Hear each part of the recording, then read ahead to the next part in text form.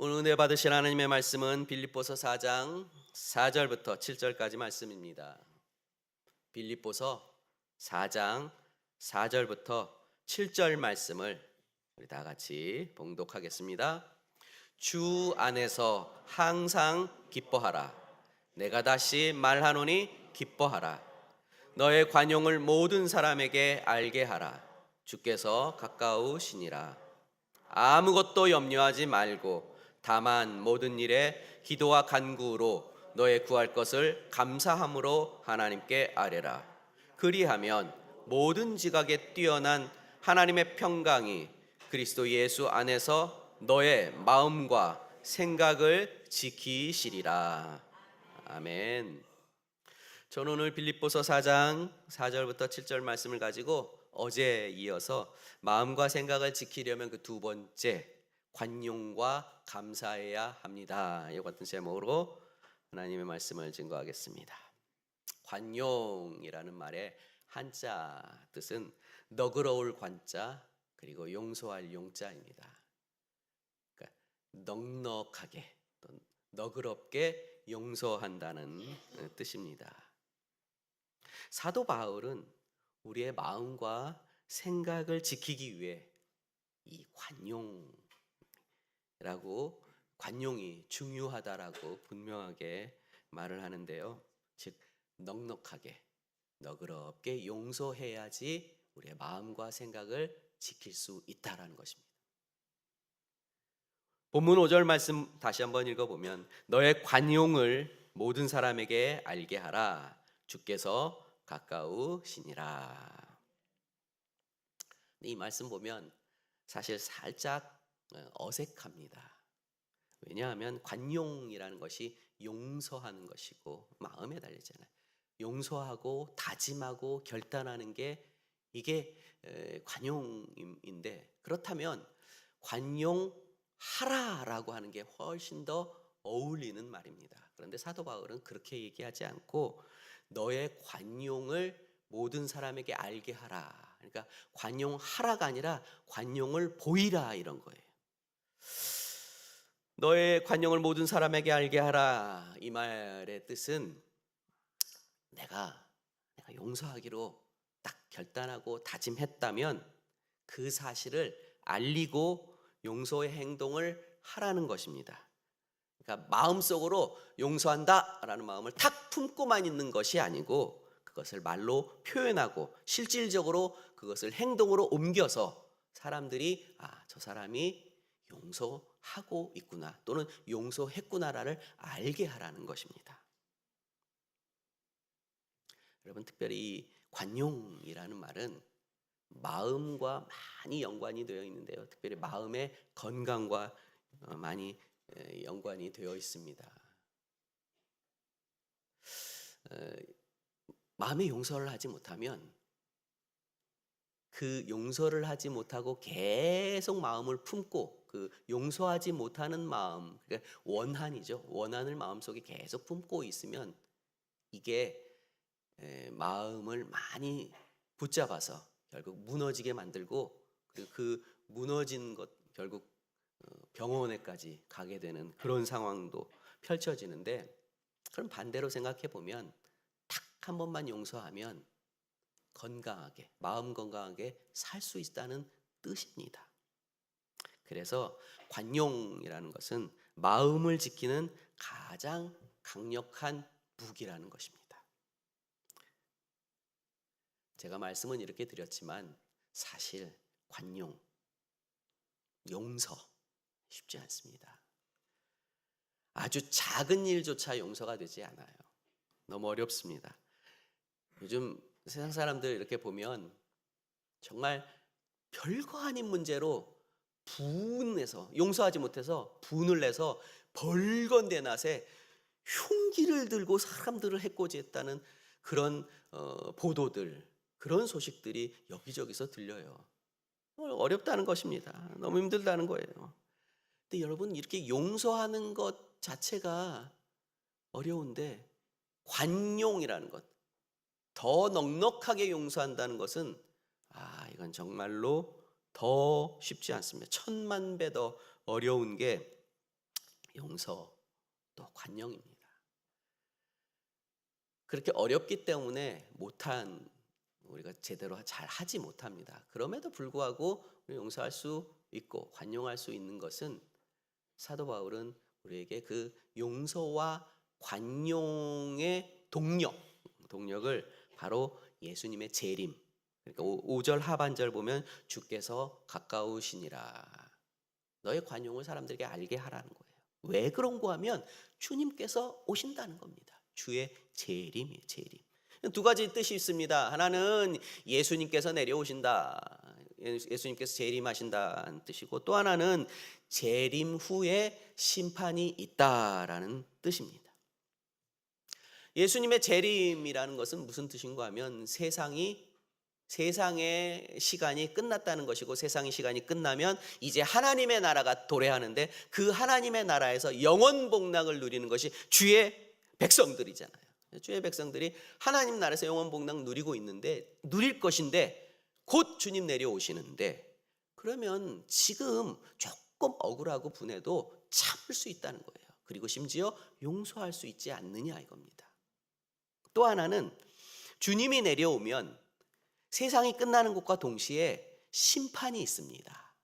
어떤 심판인가 하면 이 사람이 정말 하나님의 백성이고 하나님의 백성이 아닌가. 그리고 하나님의 백성은 하나님께서 책임지고 하나님의 나라에서 영원 복락으로 나아가게 하는데, 그렇지 않는 불신자들은 다 저기 지옥 형벌에 빠져서 허덕허덕하게 된다는 것입니다.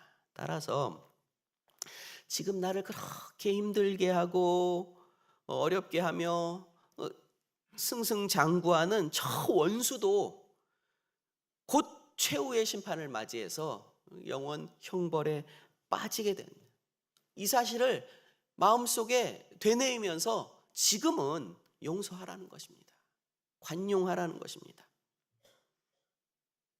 히브리서 10장 30절 말씀 보면 이 내용들을 우리가 실질적인 삶 속에서 하나님께서 어떻게 해야 될 건지, 그러니까 마지막 날에 있던 것, 마지막 날에 일어날 일들을 지금 설명해 주는 구절이 있습니다. 히브리서 10장 30절 말씀, 원수 갚는 것이 내게 있으니 내가 갚으리라 하시고, 또다시 주께서 그의 백성을 심판하리라 말씀하신 것을 우리가 아노니. 여기서 원수 갚는 일이라 내게 있다고 했는데, 내가 누군가 하면 하나님이에요. 결국 원수 갚는 것은 하나님께 맡기고, 나는 뭐 하라고요? 용서하라는 거예요. 관용하라는 겁니다. 쉽지 않지만 그래도 용서하고 관용하면 내 마음을 지킬 수 있다는 것입니다. 그러니까 남을 위해서, 그 원수를 위해서가 아니라 나의 건강, 마음의 건강을 위해서 꼭 관용하시길 주님의 이름으로 부탁을 드립니다. 마지막으로 마음과 생각을 지키는 비법은 감사예요. 감사. 본문 6절 말씀 보면 아무것도 염려하지 말고 다만 모든 일에 기도와 간구로 너희 구할 것을 감사함으로 하나님께 아뢰라, 이렇게 말씀하셨는데요. 요즘 현대인들에게서 가장 많이 발병되는 정신질환이 있습니다. 특별히 우리나라에서도 그렇습니다. 그것이 무엇인가 하면 불안장애라는 거예요. 옛날에 있지도 않는 단어인데 지금은 이게 굉장히 심각한 질병이에요. 불안장애. 불안장애라는 것은 뭔가 계속 염려가 되는 거예요. 그리고 걱정이 되고, 그렇게 해서 계속 염려하고 걱정하다 보니까 몸에서 어떤 이상 신호들이 나오는 거예요. 또 마음의 이상 신호들이. 그것이 질병이라는 겁니다. 그래서 불안장애라는 질병이라는 거예요. 어제 금요 성령대망회에 김지연 약사님이 나오셔서 마약, 중독 이런 것에 대해서 말씀을 해 주셨는데, 불안하고 초조하니까 어떻게 해요? 계속 약물을 구한다는 거예요. 뭔가 도피처를 찾게 된다는 것입니다. 현대인들이 대부분 그렇다는 거예요. 심지어 어린 아이들도, 학생들도 자꾸 그런 것에 빠질 수 있다는 거죠. 근데 그것이 얼마나 강력하고 얼마나 무시무시한지에 대해서 어저께 말씀을 들었고, 저도 몰랐던 부분들을 많이 깨달았습니다. 그래서 많은 이제 성도님들에게 그런 부분에 대해서 좀 더 많이 말씀을 드리려고 하는데요. 여러분, 근데 그런 것 같아요. 옛날하고 다르게 요즘은 참 사는 게 편해졌습니다. 과거 조선시대는 평균 수명이 20대예요. 20대. 30 가까스로 해요. 근데 지금은 80이 돼도 안 죽는다 그러잖아요. 그만큼 치안, 그리고 의학기술, 과학, 편안한 편리성들이 다 좋아졌다는 거예요. 그럼에도 불구하고 근심하고 걱정하고 살아요. 저 국민학교 다닐 때 우리 반에 집에 에어컨 있는 사람이, 에어컨 있는 애들이 하나도 없었어요. 정말 에어컨 있는 집 하면 전교에서 한 명이나 두 명 있을까 말까 해요. 저 국민학교 한 반에 96명, 100명 될 때도 있었습니다. 엄청나게 많은 숫자인데도 아무도, 어떤 애들도 집에 에어컨이 없었어요. 그런데 지금은 어때요? 집집마다 대부분 다 에어컨이 있어요.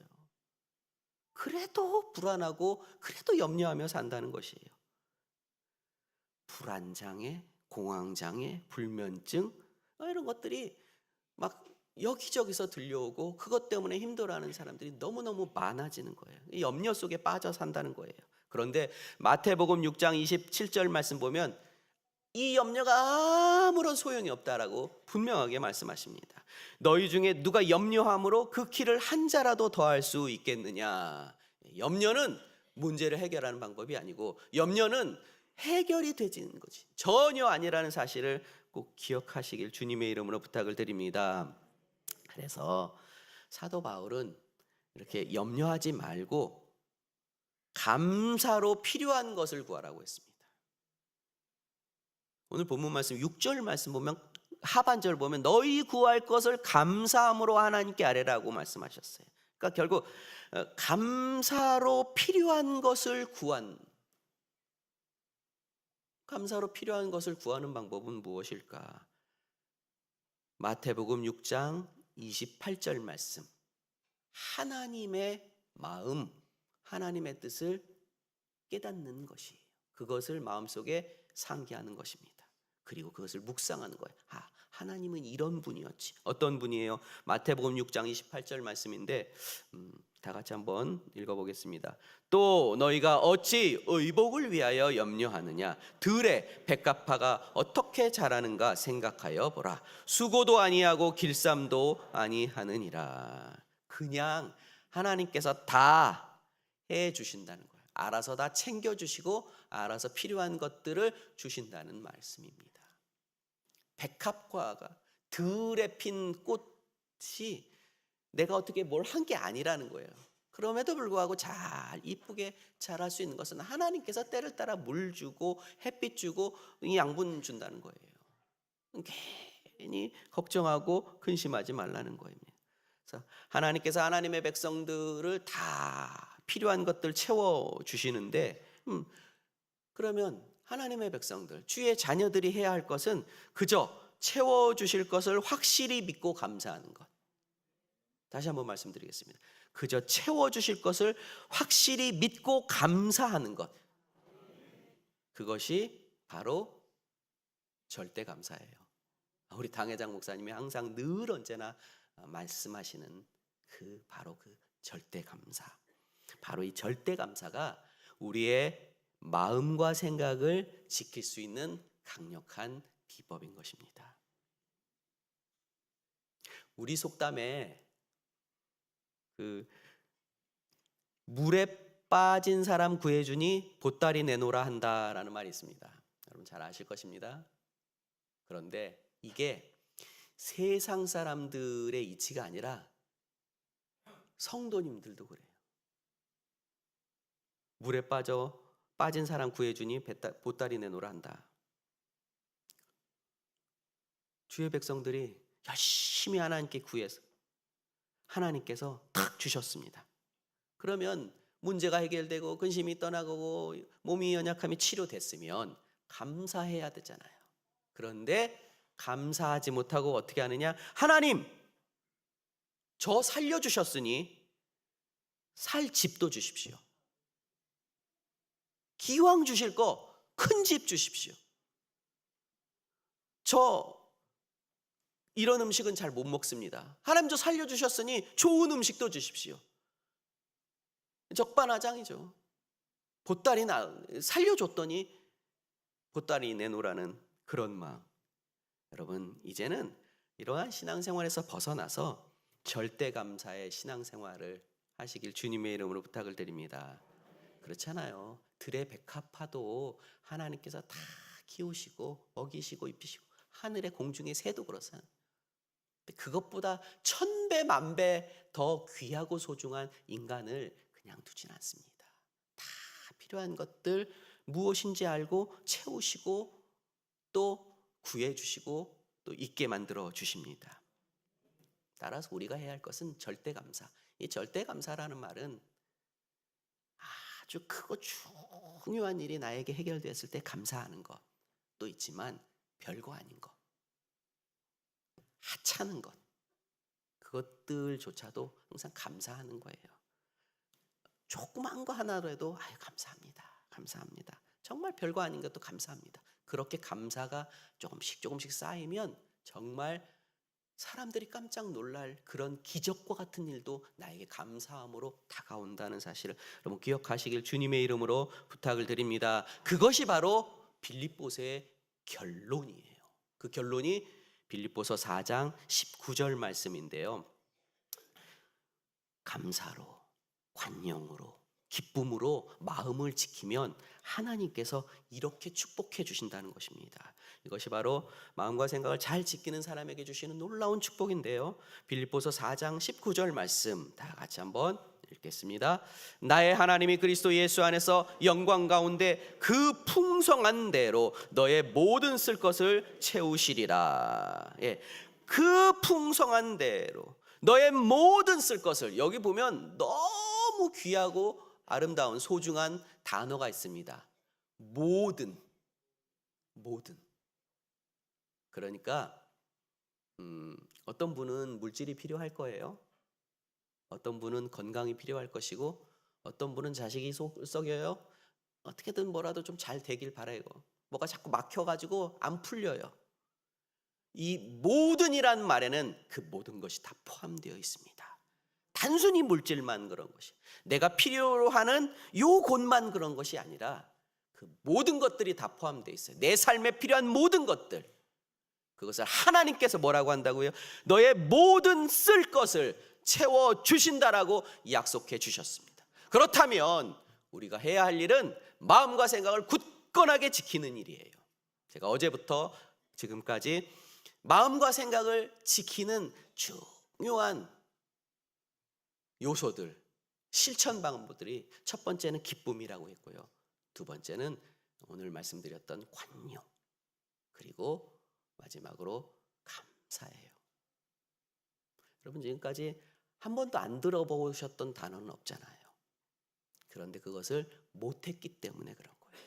여러분 이제부터 기뻐하며 관용하며 감사하며 살면 하나님께서 풍성하고 넉넉하게 채워주시는데 그 기적과 은혜를 맛보며 살아가시길 주님의 이름으로 부탁을 드립니다. 하나님 아버지 감사합니다. 그저 너그러운 마음으로 용서할 수 있는 믿음을 허락하여 주시옵소서. 절대 감사할 수 있는 별거 아닌 거라고 흥하는 것이 아니라 작은 것, 별거 아닌 것도 또 감사할 수 있는 그런 귀한 믿음을 허락하여 주옵소서. 하나님, 육신의 질병, 마음의 질병들이 있습니다. 하나님께서 깨끗하게 치료하여 주옵소서. 이제 예수의 이름으로 명하노니 머리끝부터 발끝까지 사지백체 오장육부 그리고 마음의 질병 가져다주는 모든 병마야 그 몸 가운데 마음 가운데서 묶음을 풀어놓고 떠나갈지어다. 하나님, 오늘 이 새벽에도 마음의 소원을 담아 하나님 앞에 예물 드린 손길이 있습니다. 그 마음의 소원이 반드시 이루어져서 하나님의 살아계심을 간증할 수 있게 해 주옵소서. 믿고 감사드리며 예수님의 이름으로 기도드립니다. 아멘. 하늘에 계신 우리 아버지, 이름이 거룩히 여김을 받으시오며 나라가 임하시오며 뜻이 하늘에서 이루어진 것 같이 땅에서도 이루어지니이다. 오늘 우리에게 일용할 양식을 주시옵고 우리가 우리에게 죄 지은 자를 사하여 준 것 같이 우리의 죄를 사하여 주시옵고 우리를 시험에 들게 하지 마시옵고 다만 악에서 구하시옵소서. 나라와 권세와 영광이 아버지께 영원히 있사옵나이다. 아멘.